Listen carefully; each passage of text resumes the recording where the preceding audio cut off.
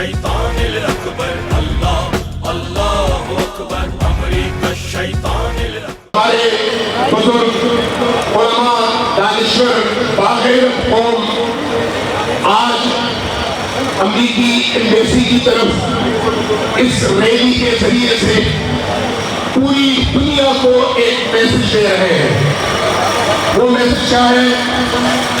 وہ میسج یہ ہے کہ دنیا کا مستقبل روشن ہے، دنیا پر حق کا غلبہ ہونے جا رہا ہے، باطل قوتوں کی سرنگونی کا آغاز ہو چکا ہے، سپر پاورز کی نابودی اور بربادی آسمان میں لکھے جا چکے ہیں، قومیں بیدار ہو چکی ہے.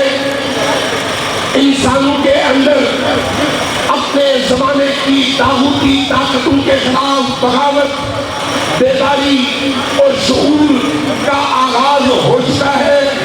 اب ہم ایک ایسے مستقبل کی طرف جا رہے ہیں جس سے زمین کے اوپر عدل کی حکمرانی ہو اور ظلم کا خاتمہ ہو. آج کی ریلی میں یہ صرف پرچم نہیں ہے، یہ ایک نظریہ ہے، یہ ایک عقیدہ ہے، یہ ایک سوچ اور فکر ہے.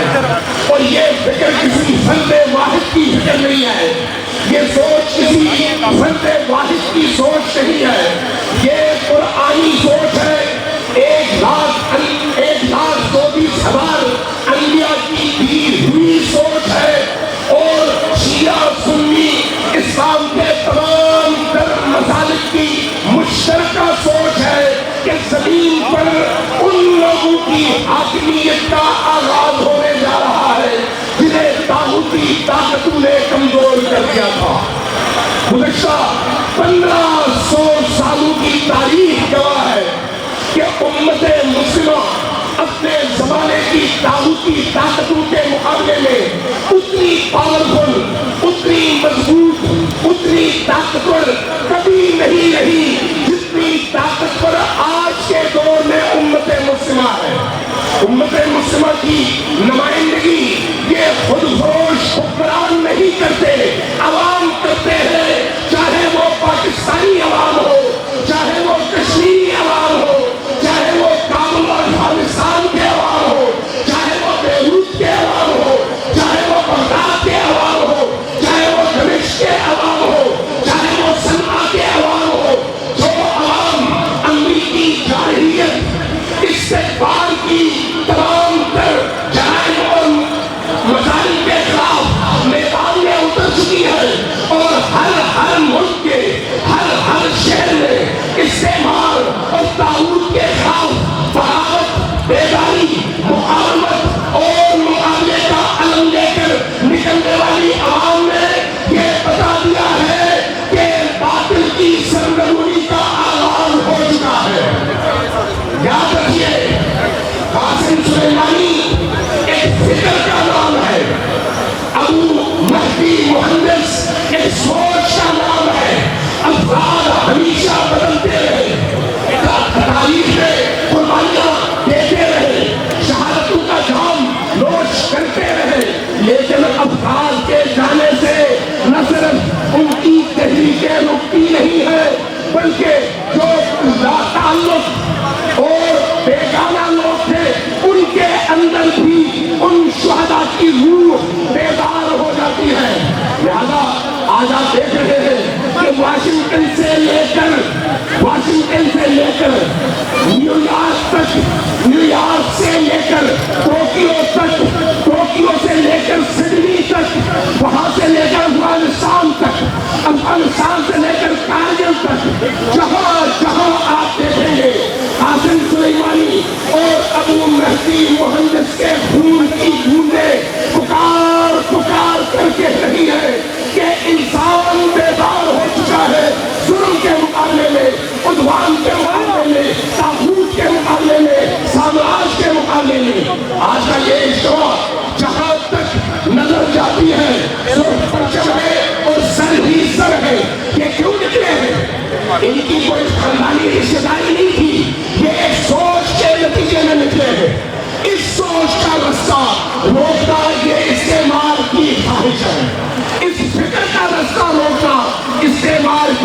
سازش ہے.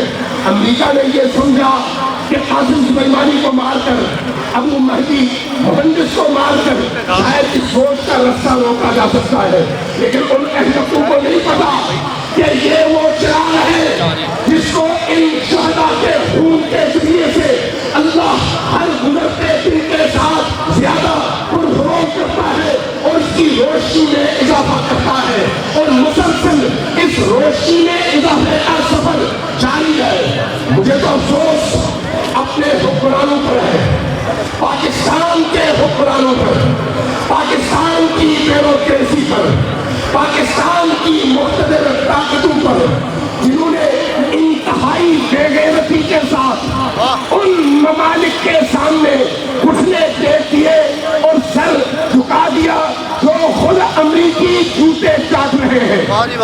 اس سے زیادہ شرمندگی، اس سے زیادہ ذلت، اس سے زیادہ پستی کا مظاہرہ نہ کوئی حکمران آج تک کر سکا اور نہ کسی طاقت نے کیا. ایک ایسے موقع پر جب تاریخ کا انتہائی نازک موڑ تھا، امت اسلامیہ کے تمام بیدار پاورز اور قوتیں میدان میں تھی. اتنی ملک پاکستان نے، اتنی طاقت پاکستان نے، وہ کمزور ترین غلام شیشے کے گھر میں رہنے والے ممالک کے امراء کے سامنے اپنی پیشانی رکھ کر یہ بتا دیا کہ نہ ان میں حمیت ہے، نہ قومی ولولہ ہے، نہ زمین کی محبت ہے، نہ اللہ کی توحید کا پاس ہے، نہ دین کا احترام ہے. آج وقت ہے بیداری کا، آج وقت ہے ظلم کے خلاف میدان میں اترنے کا، آج وقت ہے ظالموں کی آنکھوں میں آنکھیں ڈال کر پیغام دینے کا. ہمیشہ امریکی سامراج نے، برطانوی سامراج نے کوشش یہ کی ہے کہ امت کو شیعہ سنی میں، بریلوی دیوبندی میں، اہل حدیث اور مقلد اور غیر مقلد میں تقسیم کر کے پھر اوانارہ رنگ دے کر مسلمانوں کے اجتماعات کا استحصال کرے. آج بھی ان کی یہ کوشش جاری ہے. اس لیے جب کبھی ظلم کے خلاف آواز اٹھتی ہے، ادھر سے فوراً آواز آتی ہے پراکسی وار. پراکسی وار نہیں، یہ پراکسی وار نہیں ہے، یہ ظلم کے خلاف قرآنی نظریہ ہے، یہ ظلم کے خلاف اسلام کا پیغام ہے، یہ ظلم کے خلاف نبی آخر الزمان کی حجت ہے. اس پیغام کو قبول کرنا ہر مسلمان کا فریضہ ہے. اس لیے ہمیں کسی مسلک کا مسئلہ درپیش نہیں ہے. آج کے اس اجتماع میں بھی شیعہ بھی ہے، سنی بھی ہے. آج کا یہ اجتماع کسی فرقے یا فرقہ وارانہ سوچ کے تحت نہیں، بلکہ ظلم سے مقابلے اور پاکستان کی 22 کروڑ عوام کی امنگوں کی ترجمانی کے لیے منعقد کیا گیا ہے. اس لیے آپ دیکھتے ہیں کہ اس اجتماع کے منعقد کرنے والے اتحاد امت کے نام سے میدان میں آئے ہیں. امت کے طاقت کا مظہر خوشائن بھی ہے، لائق مبارکباد بھی ہے اور قابل تحسین بھی کہ اسی فکر کو ہم لے کر آگے چلے. ہم اپنے حکمرانوں کے دشمن نہیں ہیں. ہم چاہتے ہیں ہمارے حکمران دنیا میں عزت سے جائے، ذلت کے ساتھ نہیں. ہم چاہتے ہیں چاہے وہ کوئی بھی مقتدر فرد اور طاقت اور منصب ہو، اس کو دنیا میں عزت کی نگاہ سے دیکھا جائے، ذلت اور پستی کی نگاہ سے نہیں. آج مہاتیر محمد دنیا کی نگاہ میں عزیز ہے اور ہمارے حکمران ذلیل کیوں؟ اپنے موقف کی کمزوری کی وجہ سے، اپنے موقف کی پستی کی وجہ سے، 22 کروڑ عوام کے امنگوں کی ترجمانی نہ کرنے کی وجہ سے یہ سمجھتے ہیں کہ چند ڈالروں کے عوض 22 کروڑ عوام کو بیچا جا سکتا ہے. نہیں، یہ غلط فہمی ہے. اگر آج ہم اقتصادی مشکلات کا شکار ہیں تو اس کی بھی اصل ذمہ داری امریکیوں پر جاتی ہے، ورلڈ بینک پر جاتی ہے، دنیا پر قائم اقوام متحدہ کے ان اداروں پر جاتی ہے جنہوں نے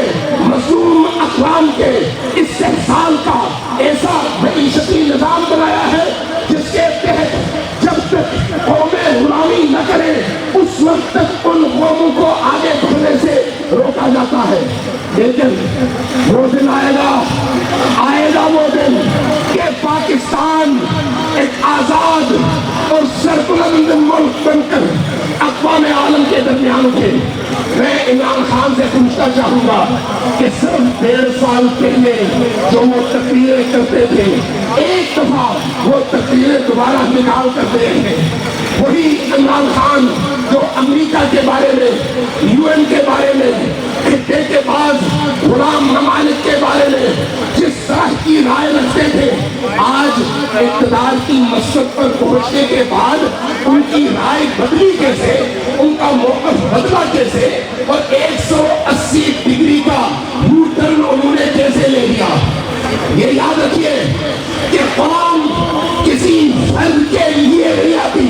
قوم جب ان کو حوصلہ ملے, امنگ ملے, ان کی غیرت کی ترجمانی ہو تو قوم میدان میں اترتی ہے.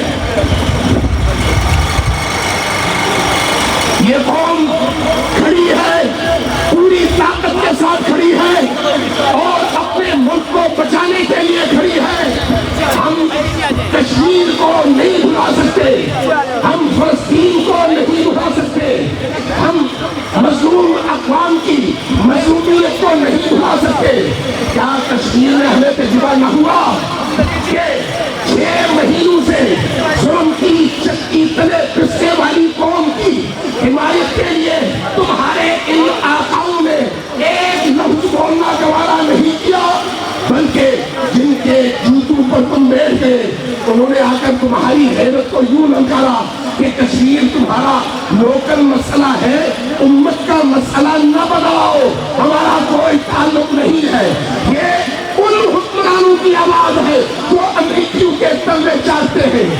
اگر آپ عوام سے پوچھیں, چاہے وہ حجازی عوام ہو, چاہے وہ تہرانی عوام ہو, چاہے وہ برمش اور بغداد کی عوام ہو, عوام کی ترجمانی یہ ہے کہ کشمیر مسلمانوں کا ہے اسی طرح جس طرح سے بیت المقدس مسلمانوں کا ہے, اور ہم نے اسی طرح جدوجہد کشمیر کے لیے بھی کرنی ہے جس طرح کی جدوجہد ہم خود کے لیے کرتے ہیں. آج کے اس اجتماع کا جو بنیادی پیغام ہے وہ یہ ہے کہ پاکستان اس مقاومتی بلاک کا حصہ ہے. حکمران چاہے یا نہ چاہے, عوام اس بلاک میں ہے, اس لیے عوام کے دلوں میں اس مقاومتی استقامت اور ریزسٹنس کے بلاک کی محبت پھوٹ کر بھری ہوئی ہے. اور یہ فرقے کی بنیاد پر نہیں ہے, نظریے کی بنیاد پر ہے. فرقے کی بنیاد پر نہیں بلکہ قرآن کی بنیاد پر ہے. اس لیے جب تک ظلم سرنگوں نہ ہو اس وقت تک یہ سلسلہ جاری رہے گا. جب تک ظلم کا خاتمہ نہ ہو بیداری کی یہ تحریک جاری رہے گی. جب تک ظالم قوتوں کا پیا پانچا نہ ہو اور امریکیوں کے نجس پنجے اس ملک سے اکھڑے نہیں, اس وقت تک پاکستان کا نہ کوئی دیوبندی, نہ کوئی اہل حدیث, نہ کوئی شیعہ, نہ کوئی سنی جیل سے نہیں بیٹھے گا.